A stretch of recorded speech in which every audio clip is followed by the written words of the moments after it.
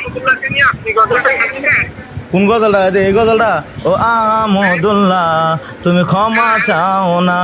ও बांचूदर बच्चा मारो मुझे, मारो मारो मुझे, मारो मारो। नहीं ये मजाक हो रहा है, क्या मजाक हो रहा है? नहीं ये প্রিয় দর্শক, আমাদের এক পরিচিত ভাইয়ের স্টুডিওর মধ্যে এই ভণ্ড মাজার পূজারি, মানে খাট পূজারি, দরগা পূজারি, সিন্নি পূজারি, জিলাপি পূজারি, বিরিয়ানি পূজারি আসছিল।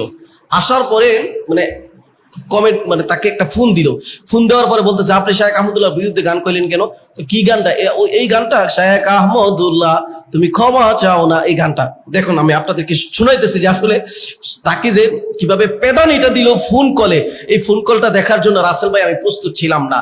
সে যে আসলে আল হায়া শুবাতুম মিনাল ঈমান হাদিস শরীফের ভিতরে আসছে যে লজ্জা ঈমানের একটি অঙ্গ। তার তো আমি মনে করি যে ঈমানই নেই, কারণ তার লজ্জা শরম নাই। তো তাকে ফোন দিয়া কি মানে ধুলাই টানা দিল সরাসরি। চলুন আগে তুলে ধরি আসলে তাকে কি ধুলাইটা দিল। শায়েখ আমদুল্লাহকে নিয়ে আপনি গজলটা গাইছেন?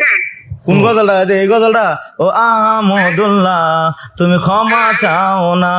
ও बांचूदर बच्चा ও बांचूदर बच्चा তুমি ক্ষমা চাও না। ও আহমদুল্লাহর বাচ্চা তুমি ক্ষমা চাও না। মানে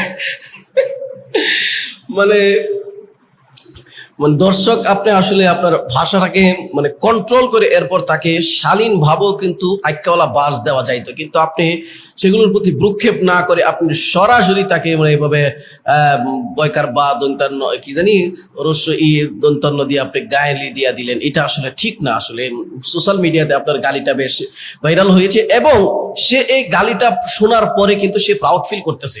সে নিজেকে মানে গর্ববোধ মনে করতেছে, ফখর করতেছে যে যাক মাশাআল্লাহ, আমাকে তো একজনে গালি দিল, আমি খুব খুশি। কারণ একজন না, সেখানে 28-29 হাজার কমেন্টস, সেই কমেন্ট সেকশনে সবাই তাকে গালিগালাজ করলো, সবাই তাকে তির্যক মন্তব্য করলো, সবাই তাকে নিয়ে সমালোচনা করলো।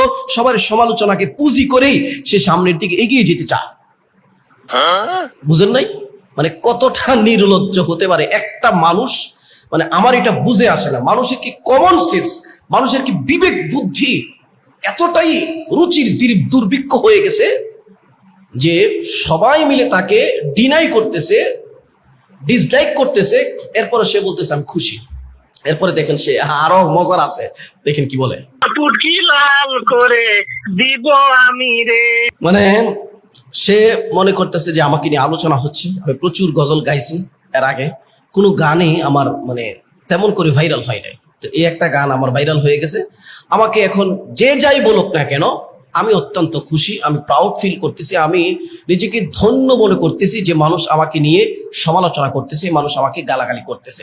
আসলে কোনো ব্যক্তি যদি চায় যে মানুষ মানে একটা অন্যায় আমি ইচ্ছা করে করব, এখন সবাই মিলে আমাকে আচ্ছা তালে উসানি দেখ, আচ্ছা তালে বানানি দেখ, যত ইচ্ছা তাই করুক, আমি এতে কোনো কিছু মনে করব না।